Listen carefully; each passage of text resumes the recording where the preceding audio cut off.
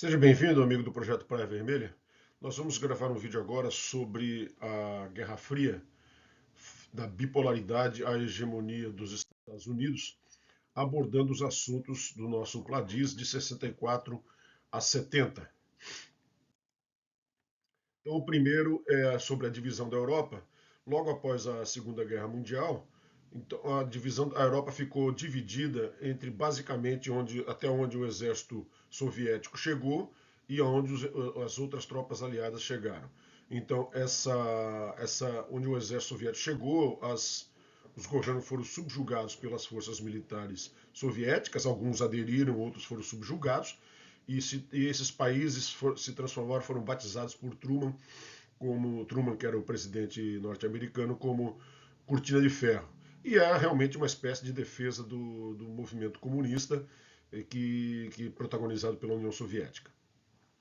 A fim de diminuir a influência da União Soviética, em particular a influência do comunismo, né, porque já que não só os países controlados pelo exército soviético se transformaram em comunistas, como o movimento comunista atingiu os demais países em maior ou menor intensidade. Para quem não sabe, evidentemente o movimento comunista ele tinha a intenção de ocupar o mundo inteiro ser comunista, essa era a ideia de Marx, né? Então, para evitar essa expansão do comunismo, os Estados Unidos imediatamente fizeram um aporte de recursos muito volumoso nos países que foram severamente atingidos pela guerra, e esse aporte se denominou Plano Marshall, né? Esse Plano Marshall, o Marshall era ministro da Economia do governo Truman, para ajudar o reerguimento desses países. Também nesse aporte os países se reuniram e criaram também, estabeleceram que o dólar americano passaria a ser a moeda mundial para todas as relações comerciais, e é assim até hoje, né? Foi criado também o Fundo Monetário Internacional, um órgão vinculado à ONU, para auxiliar os países mais necessitados com empréstimos, né, a juros mais baixos do que o mercado, e foi criado também o Banco Internacional de Reconstrução e Desenvolvimento, que depois virou sendo o Banco Mundial, também vinculado à ONU. Enquanto os Estados Unidos fizeram o Plano Marshall, o Plano Marshall atuou na questão econômica e criou-se também a OTAN. Então, os países da Europa Ocidental, de uma maneira geral, eles aderiram à Organização do Tratado Atlântico Norte, sob a liderança, evidentemente, dos Estados Unidos, a fim de se protegerem de invasões ou de problemas com o comunismo. Então, os Estados Unidos atuaram nessas duas vertentes, a vertente econômica para evitar a expansão ideológica do comunismo e a vertente militar para evitar invasões militares nos países que haviam sido destroçados pela guerra.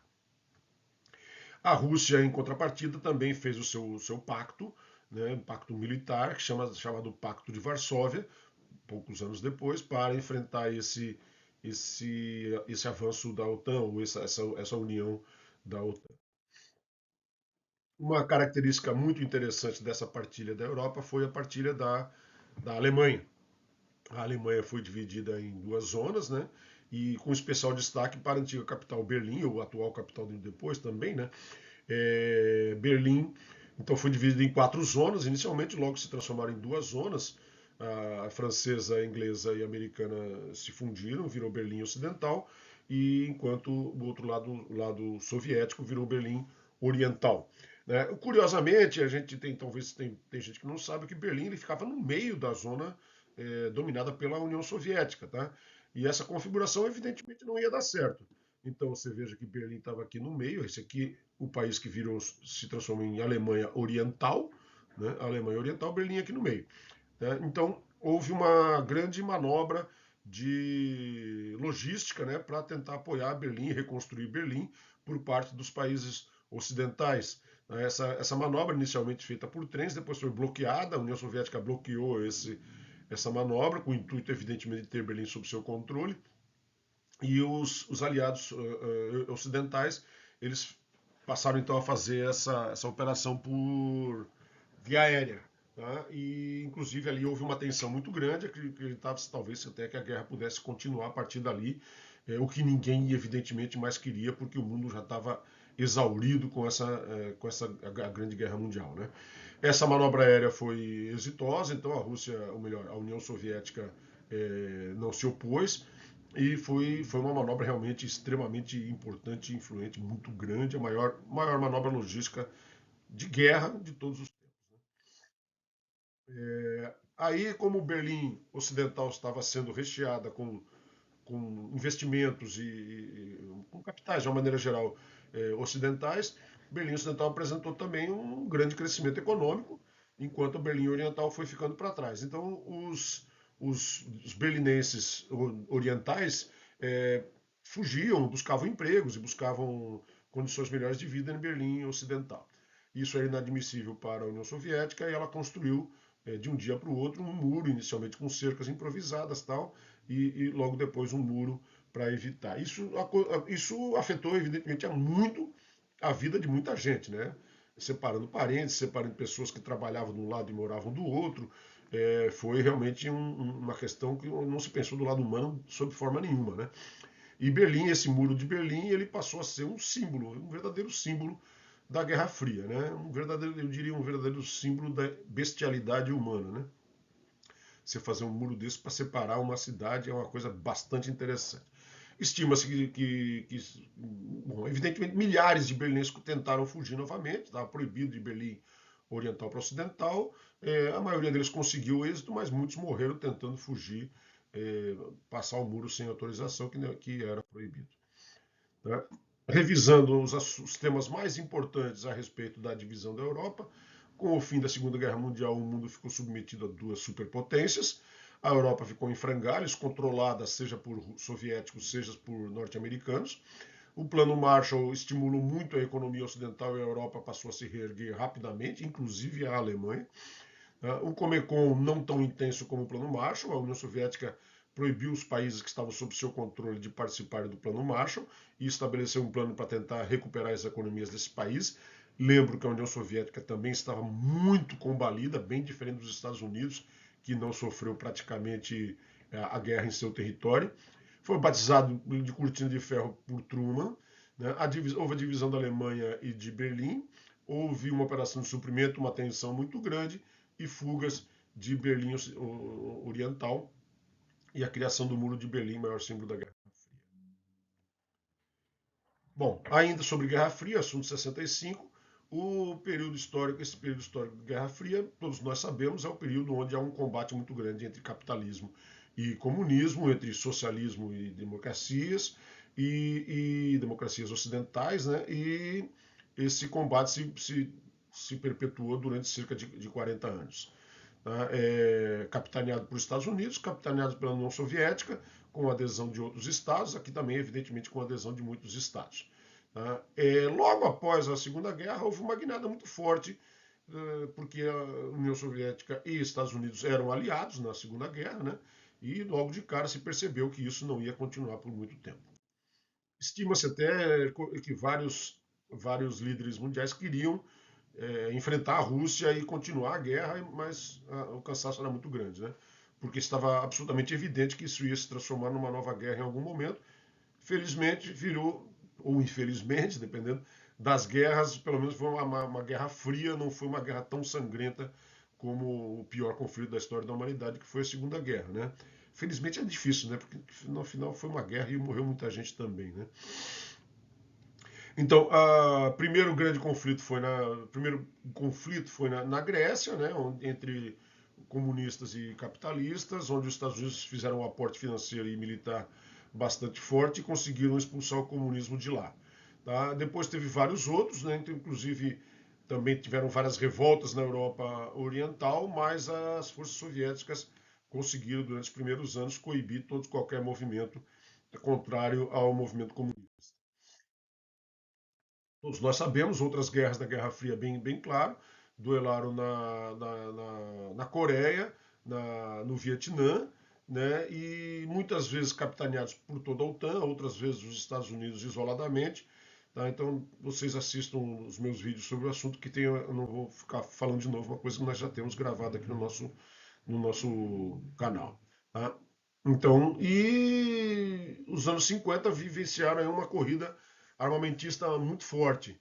Tá? A estratégia dos Estados Unidos é uma estratégia de contenção, então sempre tentando conter as ofensivas russas em todos os cantos, seja na Europa com o Plano Marshall, seja a oeste com a proteção do Japão, da tentativa da Coreia e do Vietnã. Tá? Então, essa estratégia de contenção ela durou cerca de duas décadas e meia, tá? Evitando o expansionismo soviético. E esses povos foram instrumentos usados na guerra. Né? Quem não se envolveu diretamente na guerra teve guerrilhas em seus países, em todos os outros países do mundo foram influenciados por essa Guerra Fria. Então, posteriormente a uma corrida armamentista, ou paralelamente, em alguns casos, houve também uma corrida em todos os aspectos da vida humana. Tá? Então, no aspecto científico, corrida de quem vê quem primeiro colocava um astronauta no espaço, depois quem chegava à Lua, depois quem o ser humano que chegasse à Lua, depois competições esportivas de vários. Tudo virou motivo, fez parte do cenário da Guerra Fria. Tá? Então, realmente era uma disputa impressionante. Aí a União Soviética patrocinava Cuba, Cuba se desenvolvia, a Alemanha Oriental contra a Alemanha Ocidental, era realmente um cenário assim bastante lamentável, né? E enquanto os soviéticos tinham uma ditadura patrocinada fortemente pelo Estado, vinculada à figura de Stalin, né, que gerenciava todo o comunismo no mundo, os Estados Unidos tinham uma sociedade bem mais livre de economia de mercado e que passou com o tempo a se desenvolver cada vez mais. Na União Soviética, então teve o caso, muita coisa foi forçada, né?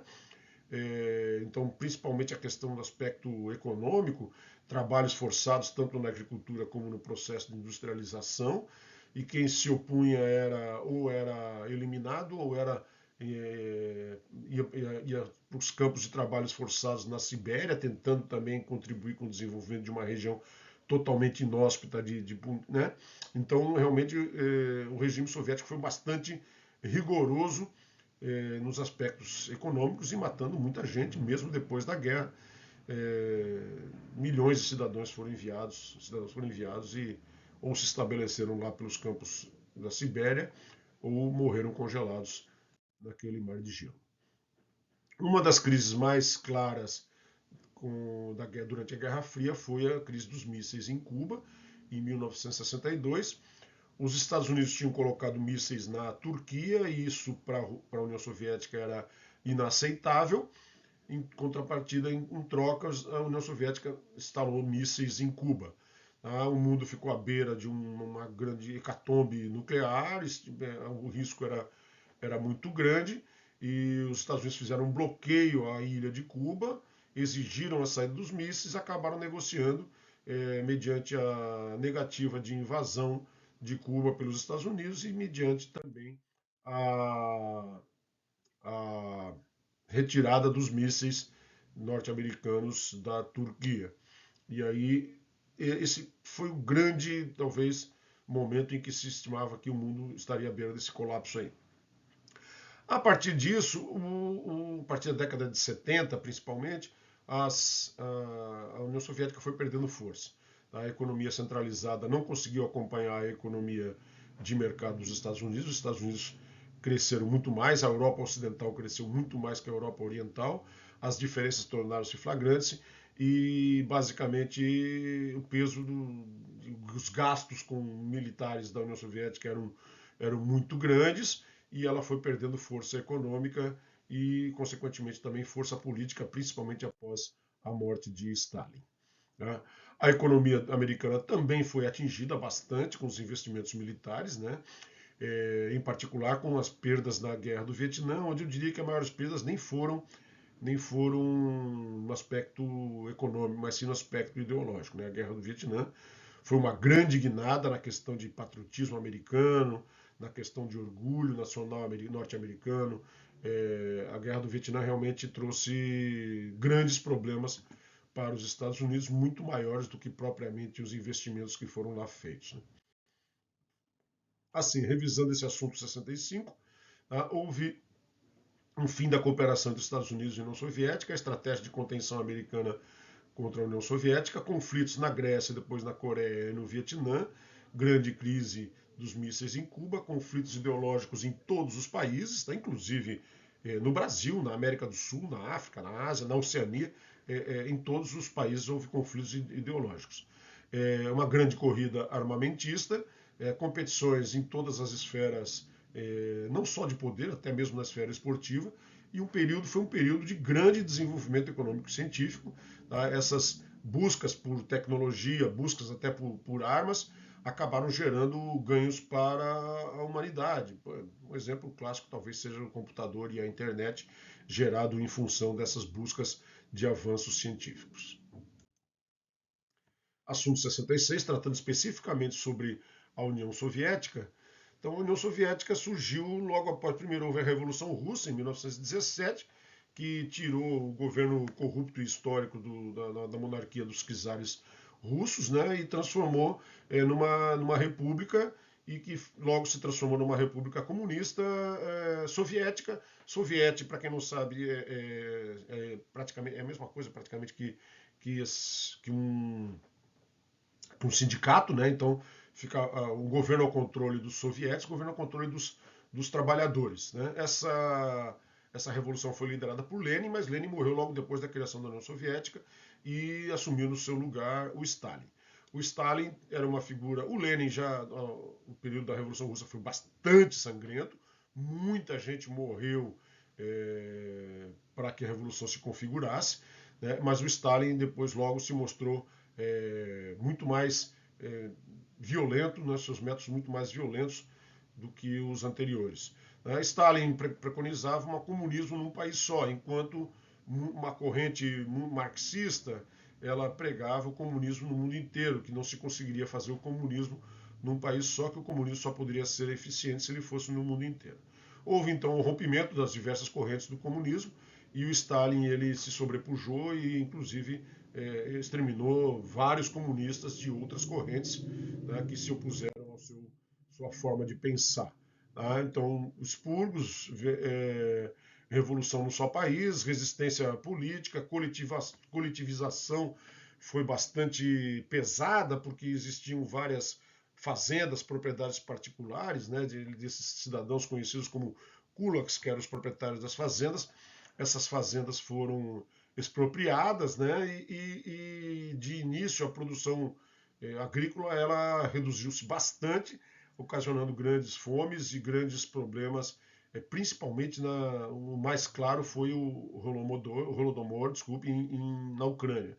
Né? Então, realmente, a atuação do Estado nesse primeiro momento foi bastante opressora e muita gente morreu, inclusive de fome, em razão dessa atuação brutal dos seus líderes. Né?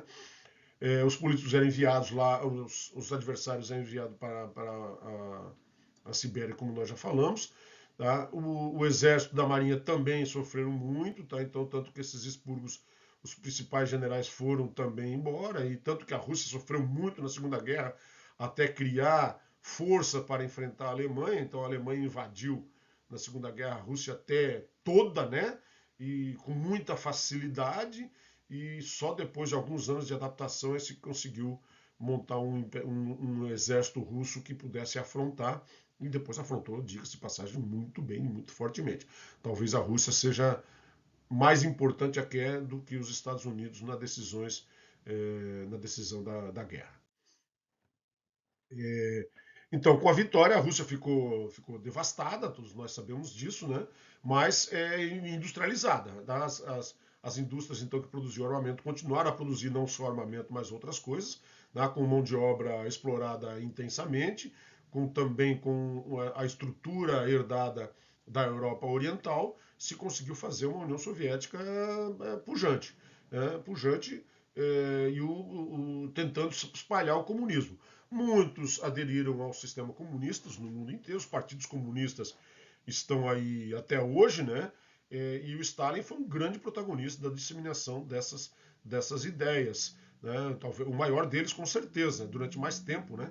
Então, até a sua morte, né, morreu em 1953, assumiu o Khrushchev, né, Nikita Khrushchev. O Khrushchev ele denunciou os crimes do Stalin, tá, e houve uma desestalinização. Tá? O culto à personalidade do Stalin, ao grande líder Stalin, uma espécie de semideus dos comunistas soviéticos, ele foi destruído. Então se destruiu as imagens, se destruiu Stalingrado, mudou de nome, destruiu-se as estátuas, né? Então a figura de Stalin ela foi enxovalhada durante um tempo, né? E tiraram o corpo de Stalin do mausoléu. Então realmente as denúncias partiram de dentro da própria União Soviética com o governante Khrushchev. Então a União Soviética, o Stalin governava com mãos de ferro, ideias principais aí para a nossa prova, uma política de industrialização à força que deu um resultado bastante interessante. A invasão alemã na Segunda Guerra ela havia sido catastrófica, mas depois essa política de industrialização reergueu. A vitória trouxe um grande reconhecimento e influência soviética, a vitória na guerra, né? E eles assumiram essas posições conquistadas e permaneceu com essas posições mesmo com a desestalinização, tá? Embora houvesse uma distensão posterior que nós vamos estudar ainda.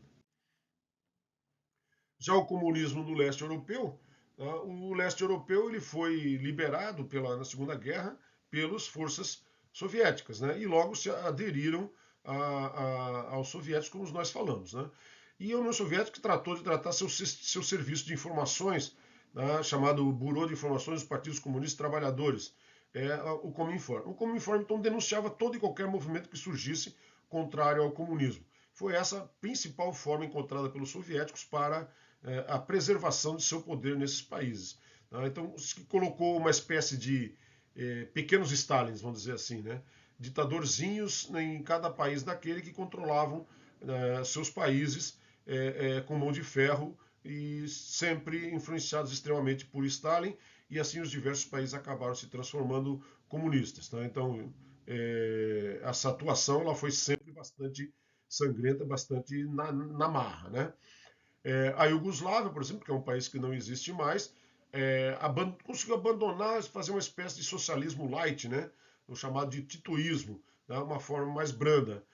Para quem a gente estudando a história atual, você não vai identificar a Iugoslávia. Todos esses países aqui, Eslovênia, Croácia, Sérvia, Bósnia-Herzegovina, Kosovo, Macedônia do Norte e Montenegro, eram um país único, embora houvesse populações com culturas distintas, tanto que assim que se terminou o comunismo, se tornaram esses países porque eram movimentos sufocados pela força das armas. Né? Então, todos esses estados foram marcados por essas políticas ligadas ao stalinismo durante décadas. Tá? Então, com a morte de Stalin, a partir da década de 50, se esperava uma liberdade, uma liberalização. Tá? Então, começaram a surgir movimentos de enfrentamento com forças. Tá? E esses movimentos logo o Khrushchev sinalizou que não, Stalin morreu, a gente denunciou essas barbaridades, mas não, a União Soviética vai continuar, o movimento comunista vai continuar, tá? E houve repressão em vários desses países, tá? Repressão na Hungria, na Iugoslávia, na Tchecoslováquia. Então, as mudanças não foram de flexibilização do regime comunista, foram uma redução da influência de Stalin, mas sem abrir para o capitalismo. Então, assumiu depois o Brezhnev, tá? E assim e também não mudou, uma substituição, tentou uma substituição lenta, né? E perdeu o controle, tá? Perdeu o controle na década de 80 as diferenças já eram escancaradas, os movimentos começaram a ficar mais fortes, surgiram os sindicatos contrários, tá? Então, um grande movimento chamado Primavera de Praga repercutiu muito, onde morreu muita gente. Então se percebeu que a Inglaterra desculpe, a União Soviética não tinha mais força para fazer esse controle. E finalmente, em 1991, a União Soviética foi extinta. Um grande marco foi a queda do Muro de Berlim em 89. Né? Então a atuação do Cominform foi muito marcante, tá? Fortes ligações com Stalin, tá? O titoísmo e a dissolução da Iugoslávia é um aspecto interessante, tá? A forte repressão, principalmente na Hungria e na Tchecoslováquia, houve o crescimento das resistências, a atuação de sindicatos e essas mudanças políticas culminaram com a queda do Império Soviético. Na China, a China inicialmente aderiu ao comunismo logo após a Segunda Guerra Mundial, numa manobra espetacular de Mao Tse-tung, que se concentrava aqui no sul da China, na região de maior crescimento econômico, maior pujança econômica da China, fez uma marcha de mais de 10 mil quilômetros até o norte, onde recebeu apoio da União Soviética e apoio da população, onde pôde desenvolver o seu comunismo. Né? Então a China acabou, Mao Tse-tung venceu essa guerra civil. Você consegue imaginar uma guerra civil logo após uma guerra mundial, a China já destroçada, havia sido invadida pelo Japão, e seguida uma nova guerra civil, onde Mao Tse-tung foi angariando simpatizantes e conquistou a hegemonia sobre a China continental. Tá? O seu opositor, chamado Chiang Kai-shek, ele se exilou em Taiwan, na ilha de Formosa, e montou a China nacionalista, que está lá até hoje e é objeto de grandes problemas geopolíticos até os dias atuais. Então, nos primeiros anos dessa China foi muito difícil, né? Então, não muito diferente dos primeiros anos da União Soviética. Tá? Houve uma forte pressão para o Estado assumir todas as diretrizes econômicas, né? Principalmente com relação à agricultura. Né? Também houve uma grande fome na década de 50, muitos estima-se em 20, 30, dependendo da estimativa, milhões de pessoas morreram de fome. Houve uma grande reforma educacional, onde surgiu aqui o Livro Vermelho de Mao, que era um livro que endeusava Mao Tse-tung, mais ou menos da mesma forma como o Stalin era na União Soviética. Houve um movimento chamado Grande Salto para a Frente, que tentava tornar a China igualitária através da extorsão de quem tinha dinheiro. Tá? Então, muita gente morreu, foi brutal, mas se estabeleceu um regime comunista sob a égide de Mao Tse-tung. Tá? Então, Mao Tse-tung continuou, a China era muito, muito, muito pobre, tá? E no momento em que o Stalin morreu e o Mao Tse-tung brigou, houve um racha entre a China e a União Soviética, e o Mao Tse-tung era um comunismo mais radical, tá? mais radical do que o soviético. Tá? Então, se destruiu obras de arte, santuários, tá? E isso só foi revisto após a morte de Mao Tse-tung, com a assunção de Deng Xiaoping. Deng Xiaoping mudou totalmente as políticas de Mao Tse-tung, tentando abrir, criando aquelas zonas de economia especial que a gente vai estudar na história da China. Você pode assistir o vídeo da história da China aqui comigo, talvez ainda não seja o momento, mas você certamente vai assistir. Revisando o comunismo na China, a vitória de Mao Tse-tung ao fim da guerra, a fundação de Taiwan, na China nacionalista, está lá até hoje, um desastre econômico, a coletivização forçada, Livro Vermelho, a figura de Mao Tse-tung como grande líder, rompimento com a União Soviética e a ascensão de Deng Xiaoping a um país, dois sistemas, ou seja, um país comunista, mas com um sistema capitalista em seu interior, contrariando todas as iniciativas de Marx, mas salvando a China da miséria total. Né? A Revolução Cubana foi um episódio bastante interessante da Guerra Fria, né? Então, Fidel Castro, com um grupo muito pequeno de guerrilheiros, penetrou na Serra Maestra e montou uma força de guerrilha que acabou sobrepujando o exército cubano, mas com força popular, né? Então, realmente o presidente de Cuba era o Fulgêncio Batista, claramente corrupto, né? Sob a influência marcante dos Estados Unidos, que apoiavam, mas não o viam com bons olhos. Né? O Castro inicialmente não se mostrou comunista e acabou conquistando a simpatia e tomou o poder, inclusive sem muito enfrentamento por parte dos Estados Unidos. Tá? Bateu o exército cubano sem muita dificuldade. Logo depois de ter tomado o poder, ele percebeu que a única forma de enfrentar a fortíssima influência norte-americana dos Estados Unidos, realmente tinham a ilha de Cuba como a sua praia, o lugar dos cassinos, etc. E as influências fortíssimas econômicas, né? O Fidel Castro acabou aderindo ao comunismo sob a tutela da União Soviética. E isso para Cuba realmente deu bastante certo por um bom tempo. Tá? Cuba foi sustentada pela União Soviética, afinal de contas, Cuba é uma ilha bem pequena, a União Soviética a União Soviética vinha crescendo, as trocas de açúcar a preço mais caro por petróleo a preço mais barato, então foi muito dinheiro soviético que sustentou a melhoria da qualidade de vida de Cuba. Em contrapartida, houve um embargo norte-americano, principalmente depois da crise dos mísseis, onde o acordo foi não invadir Cuba, mas com a crise dos mísseis, os Estados Unidos estabeleceram um embargo. Então, a gente não invade, mas também não vamos comercializar com eles. Então, enquanto a União Soviética estava patrocinando, vamos dizer assim, o regime cubano se sustentou mesmo com o embargo. A partir do momento da queda da União Soviética, isso ficou muito mais difícil. E tanto que Cuba está bem pobre até hoje, muito pobre, uma crise econômica sem fim, né, sem perspectivas, e agora atualmente, sei lá, havia apoio da, da Venezuela e não tem mais recurso para sustentar a população, realmente não tem uma iniciativa econômica de vulto e a população está bastante carente. Durante todo o período da Guerra Fria, foram milhares de cubanos que tentaram e que saíram, alguns com êxito, outros não, de Cuba tentando chegar nos Estados Unidos, tanto que o sul dos Estados Unidos, em especial a Flórida, a quantidade de cubanos lá é realmente bastante intensa, bastante forte. A economia se complicou com o falecimento de Fidel Castro. Houve uma esperança de que Cuba aderisse a um regime um pouco mais liberal, mas isso logo caiu por terra. Mesmo com a adesão, a revogação da suspensão de Cuba da Organização dos Estados Americanos, não foi por causa de uma abertura do regime cubano, e sim por causa de uma transformação na OEA, que nós vamos falar em outros vídeos. Então, sobre comunismo em Cuba, as ideias principais: um governo corrupto apoiado pelos Estados Unidos, houve uma vitória da guerrilha e uma conversão comunista, o regime foi sustentado pela União Soviética, depois houve a crise dos mísseis e o embargo norte-americano, tentativas de fuga e uma forte crise econômica que perdura até os dias atuais.